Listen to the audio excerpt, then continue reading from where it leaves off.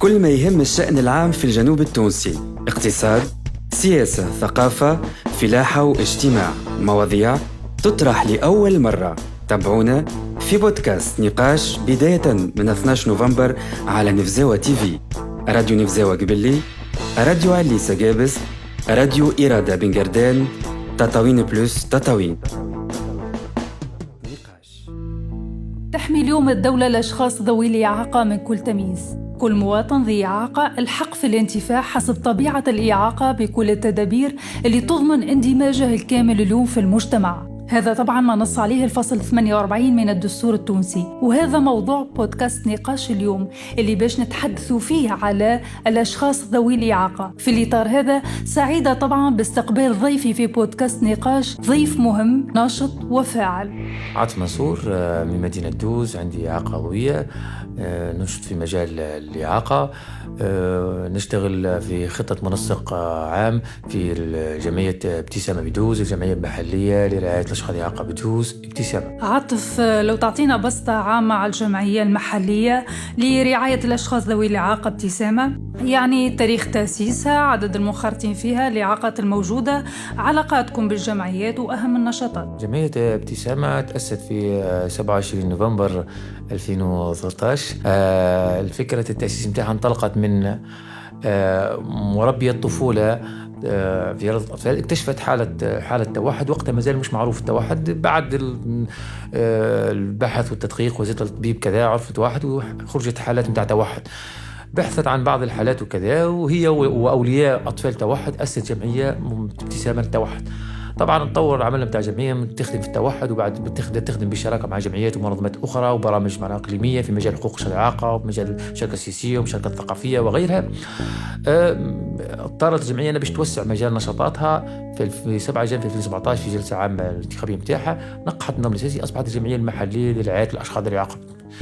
تو الجمعية ولت عندها في شراكات مع مختلف الوزارات: المرأة والأسرة والطفولة، التربية، طبعا الجمعية ترجع بالنظر كمركز تربية مختصة، ومع مستشفى جامعي مصطفى بورقيبة، مع الصحة، مع جمعيات في المغرب، في ليبيا، في الجزائر، في عدة، في إطار ملتقيات، برامج مستعد الدعم والتدريب، ملتقيات علمية، البحث عن الأسباب والإشكاليات، تبادل التجارب والخبرات.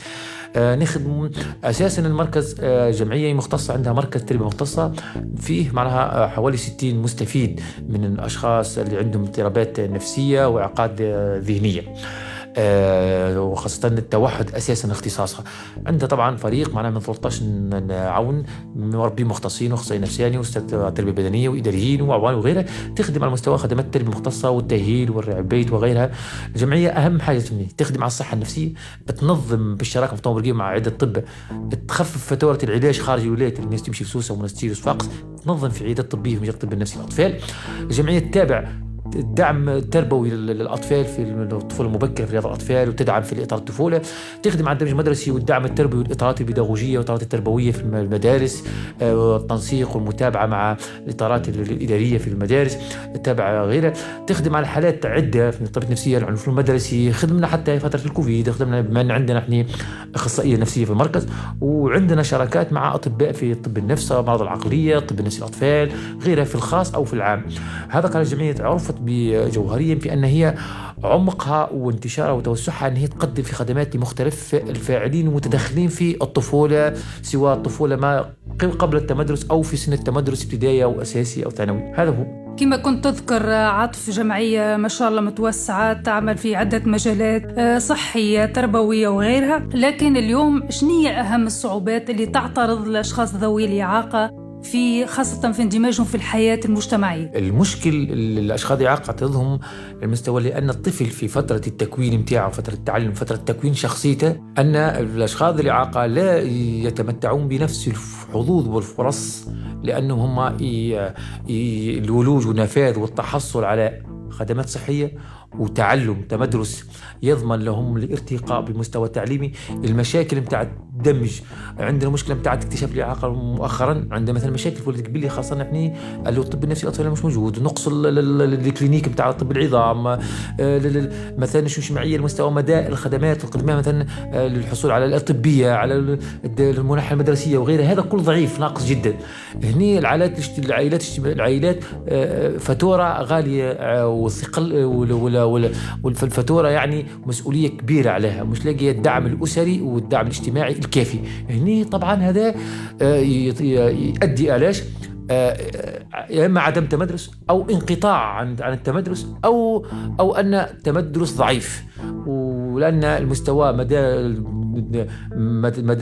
تهيئة المؤسسات هذا هنا على مستوى الطفولة المبكرة، يعني تنتج طفل على مستوى التمدرس ناقص، على مستوى الخدمات والإحاطة، على مستوى الاندماج في وسط الأطفال، لعدم وجود الفرص المتكافئة، تكافؤ الفرص كما تقول الاتفاقية الدولية لحقوق الشعب المتحدة.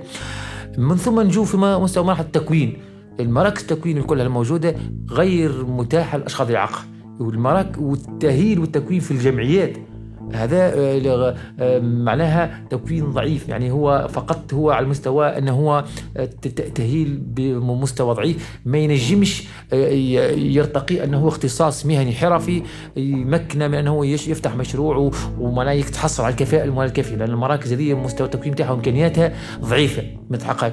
هني معناها نقولوا حتى على المستوى المهني اختصاص ضعف المؤهلات اللي تسمح له هو يندمج بسرعة ويثبت كفاءته، لأن المراكز التأهيل والتكوين وكذا غير متاح بالشكل المطلوب من الواقع. زاد وطبعا هنا في المستويات الدراسية كي يتحول من التعليم الأساسي والثانوي يمشي للجامعة، يعني برشا ذوي إعاقة ينقطعوا من مرحلة التعليم الثانوي، لأن ما تعرف الجامعة فما الإقامات والجامعة طلعوا صعوبة الحياة وصعوبة المستوى أنه هو في التعليم الجامعي. زادني بعد في المستوى أنه هو أهم حاجة في فترة التشغيل حتى الحاصلين على التعليم الجامعي أو تكوين أو غيره صعوبة التحصل على شغل. علاش؟ لأن الدولة وزارة الكل في انتداباتها العمومية، انتداباتها العامة، انتداباتها في الانتدابات نتاعها عندها قانون 2% اللي في القانون التوجيهي عدد 300 مؤرخ 15 أوت 2005 ومتأرخ في قانون عدد 41 لسنة 2016 اللي هو تنقح فيه نسبة 2%. هني المشكل أن وزارة الكل كي تهبط كونكور ما تطبقش نسبة 2%، معناها على كل 100 أشخاص لازم يكونوا هانديكابي. وزارة الجمعية نورمالmente تقوم بانتدابات الأشخاص الإعاقة كل فترة، معناها عامين تنتدب 200 300 500، عند سنوات طويلة. آخر انتداب صار في 2015 في 14. هذه الإشكالات الكل هذه تعيق مدى هو مواطن، هو في مرحلة عمرية من الطفولة للشباب كذا اللي هو لا تتيح له نفس الفرص اللي تخليه هو يندمج والمشاركة، لأنه هو احنا أساس المستوى الاندماج هو المشاركة، يشارك أن يكون هو تلميذ كبقية التلاميذ، أنه يكون يشارك في انتدابات ويكون جزء من فريق مهني وغيره. هذا كل يجعل عندنا المشكلة الأشخاص الإعاقة أنهم ديما من أكثر الفئات الاجتماعية المتعرضة للضرر، للفقر، للإقصاء، معناها وصعوبة وصولهم أن هم يحققوا ذاتهم، حتى أنك تشوف واحد معناها عند حق أثبت كفاءته وجدارته وتحصل على فرصة وتكون ناجح في المجتمع، يصبح لداخل المجتمع هذاك نموذج مبهر، وهو اللي ما يكونش مبهر، انه يكون حاجه طبيعيه عاديه ما هيش حاجه تدعو الى الفخر. لكن للاسف في هذا الوضع يصبح الناجح في وسط من الاشخاص ذوي الاعاقه اللي اثبت كفاءته وفرصته يصبح نموذج مبهر، لان ضعف الفرص، ولأن مش الأشخاص العاقل قادرين في ظل هذا المنظومة وفي ظل هذا المجتمع وفي ظل هذه الإمكانيات أن يثبتوا أنفسهم في المجتمع. بدر طيبة تقريبا صارت مؤخرا عاطفية اتفاقية الشراكة والتعاون بين المنظمة التونسية للدفاع عن ذوي الإعاقة مع الهيئة العليا المستقلة للانتخابات، هي تصير تقريبا لأول مرة في تونس. لكن هل تعد هذه الاتفاقية أو إمضاء الاتفاقية هذه بالنسبة للأشخاص ذوي الإعاقة في نظركم ظرف ملائم اليوم لإزالة العائق أو الحواجز إذا كان حابين نقولوا لتيسير المشاركة في مختلف مراحل المسار الانتخابي للشخص ذو الإعاقة؟ هل أنه تمكن اليوم من ممارسة الحق الانتخابي بحرية باستقلالية خاصة في مجلس نواب الشعب الجديد؟ طبعا هي هذه حاجة مهمة، واتفاقية الشراكة هذه تجي تتويج لعمل وشراكة طيلة 12 سنة مع الهيئات العليا المتعاقبة على الهيئة العليا المستقلة للانتخابات. نتذكر يعني شيء مثلي ومفرح، يعني كشخص شاركت في كل المراحل الانتخابية بعد الثورة. نتفكر احنا في سبتمبر 2011 كان ينشط في الندوة هذه الياس الغربي في نزول العاصمة. وقتها أول تجربة احنا تونس الجديدة لا تبنى بمعزل عنا تحت الشعار هذا. وقتها احنا كان هدفنا أن احنا نشاركوا في الاقتراع، يكون عندنا حق المشاركة في هذه الانتخابات، لأن ما عندناش حق تماما. واشتغلنا وقت على حملات تحسيسية وكذا وغيرها باش نشاركوا بإشكالاتها بغير إجراءات وقوانين تضمن معناها ورقة الانتخابات وهك الإجراءات التشريعية وهك الحملة الانتخابية كذا. من ثم في 2014 خدمنا على القانون الانتخابي وتم تضمين مشاركة أشخاص ذوي الإعاقة وكل الإعاقة شنو الشروط نتاعها. من ضمنها في 2014 دخلت وقتها ورقة الانتخاب البراي، ودخلت معناها ترجمة لغة الإشارات، دخلت برشا حاجات. وعامها عملنا ميثاق تونس لحقوق الأشخاص ذوي الإعاقة اللي يصح عليه كل المرشحين للانتخابات التشريعية والانتخابات الرئاسية، وهذا صار كوثيقة وتعهد أخلاقي مكتوب نتابعوا به مختلف اللي توصلوا للسياسة بعد السلطة أن هم نتابعوهم مدى تطبيقهم النقاط هذه.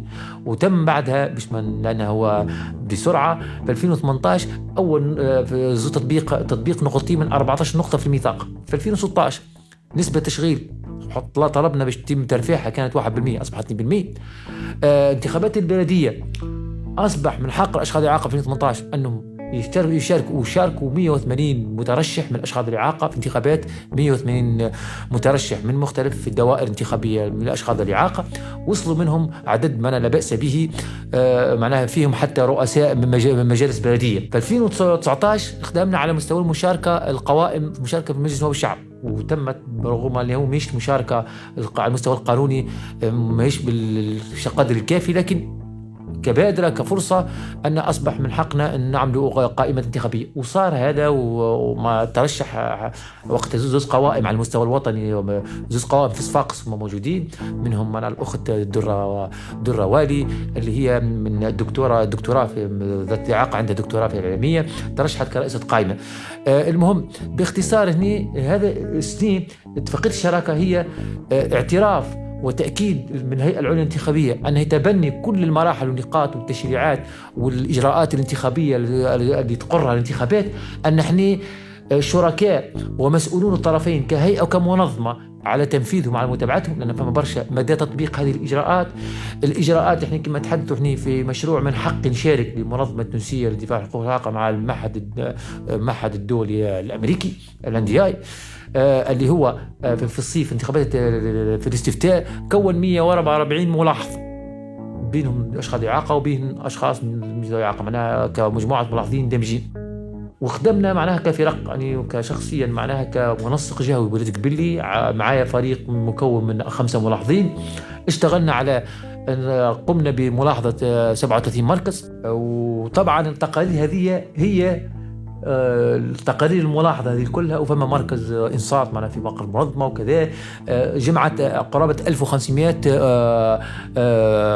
استمارة ملاحظة من قرابة 1500 مركز ملاحظة، مركز انتخاب، مركز اقتراع يعني، فهمتني. هذا تقييم مدى المشكلة في البنية الأساسية، مجال تطبيق القوانين، احترام المستوى من الاستظهار بالوثائق، مستوى احترام توفر ورقة انتخابية في كذا غيره. هذا التقييم وتجربتنا في الانتخابات التشريعية في الاستفتاء هو أنتج هذا هو اللي صار. لأن احنا بعد التجربة تم تقييم مدى الإشكاليات الموجودة هذه، تم تقييم الاستفتاء، وعلى ضوءها تم اتفاقية شراكة اتفاق على تحسين وتضمين وتجاوز الملاحظات والإشكالات اللي صارت في الاستفتاء. وهذا ذلك معناه حتى نحقق مشاركة سياسية مش على المستوى القانوني والإجرائي فقط، على المستوى الميداني، مستوى تكوين الملاحظين، على مستوى توفير الورقات، على مستوى توفير الإجراءات، على مستوى الحملة الإعلامية، على مستوى لغة الإشارات غيره.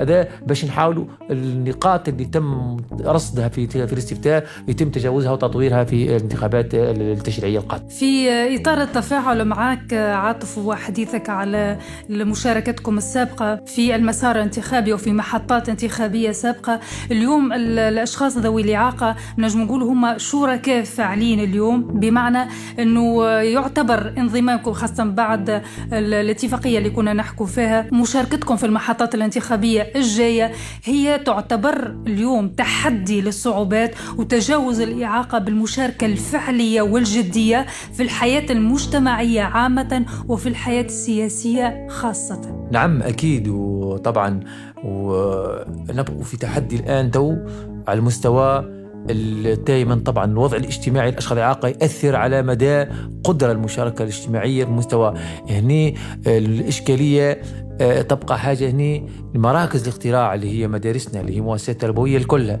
يبقى هناك تحدي المستوى العمل على تهيئتها، لأن في عندنا مشاكل لوجستية، مشاكل في البنية الأساسية كبيرة جدا.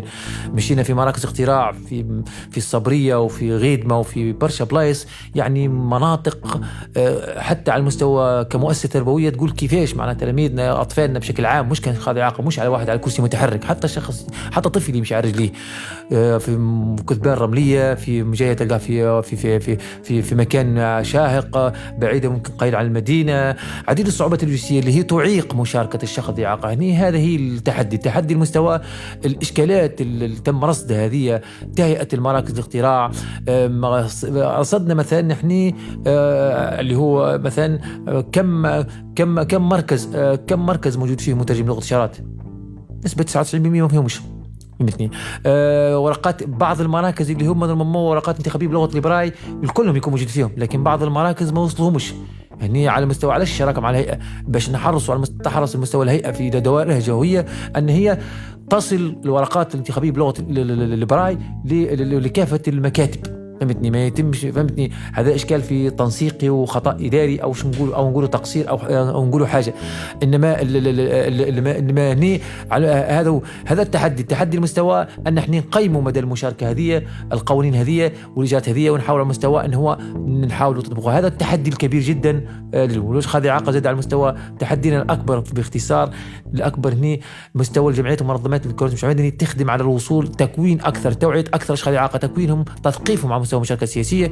المكاتب، أعضاء المكاتب الاقتراع والأعوان اللي زي أنهم التكوين اللي صارهم تكوين ضعيف، لازم يتم تكوينهم بشكل أكبر باش يكونوا عندهم قدرة على التعامل مع أشخاص الإعاقة والوضعيات هذه. في الختام عاطف، حكينا برشا على الصعوبات، على التحديات. أكيد كي نحكوا على الصعوبات والتحديات فما انتظارات، فما طموحات كبيرة اليوم للأشخاص ذوي الإعاقة، خاصة كما كنا نحكوا على الاتفاقية الشراكة ذي اللي صارت مؤخرا، أكيد باش تدعم دور الأشخاص ذوي الإعاقة في الحياة، إن كان المجتمعية كما حكينا أو في المحطات الانتخابية والمسار الانتخابي. فقط لو تعطيني عاطف شنية أبرز طموحاتكم أو الانتظارات اليوم اللي تنتظروها، أو تعطيني كذلك رسالة عاطف، رسالة اللي تحبوا توصلوها اليوم، خاصة بمشاركتكم الجدية والفعلية في الانتخابات التشريعية الجاية. نقول أن نحن باش نكونوا متفائلين إيجابيين. نحن كنشوفوا كشخص ذي إعاقة ونشط في مجال الإعاقة في عدة منظمات ومحطات وغيرها لحد الآن من 2011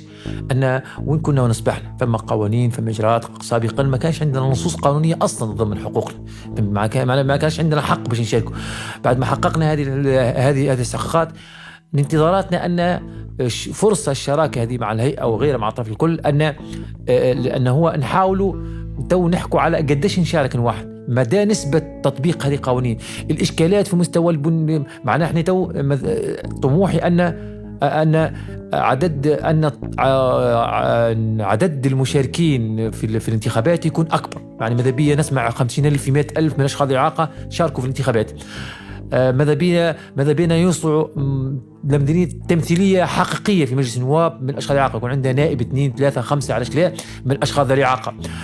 حتى بعد في اللجان واللجنة الأشخاص الإعاقة والفئات الهشة اللي موجودة من المجلس سابقا تكون عندها دور أكثر، كي تكون هي ممثلة في أشخاص الإعاقة يلعبوا دورهم بشكل أكبر، لأن في سابقا اللجنة ما لعبتش أي دور تشريعي وأي دور رقابي على الوزارات.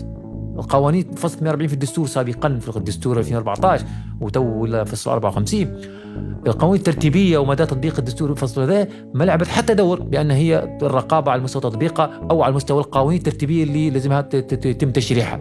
هذا هو هدفنا. تحدينا أن نحن يكون عندنا أن نشارك بنسبة أكبر، أن نحن يكون عندنا تمثيلية حقيقية كما صارت عندنا تمثيلية معناها في مجلس البلدية، وإن شاء الله تتطور أكثر، فهمتني، يكون عندنا تمثيلية حقيقية في مجلس نواب الشعب، ونشاركوا في رسم في السياق في التشريع الوطني، نساهموا في مستوى نمارسوا الرقابة بأنفسنا على حقوقنا ونضمن حقوق في معناها بقية أخواننا ومعناها فئتنا من الأشخاص الإعاقة بشكل جدير.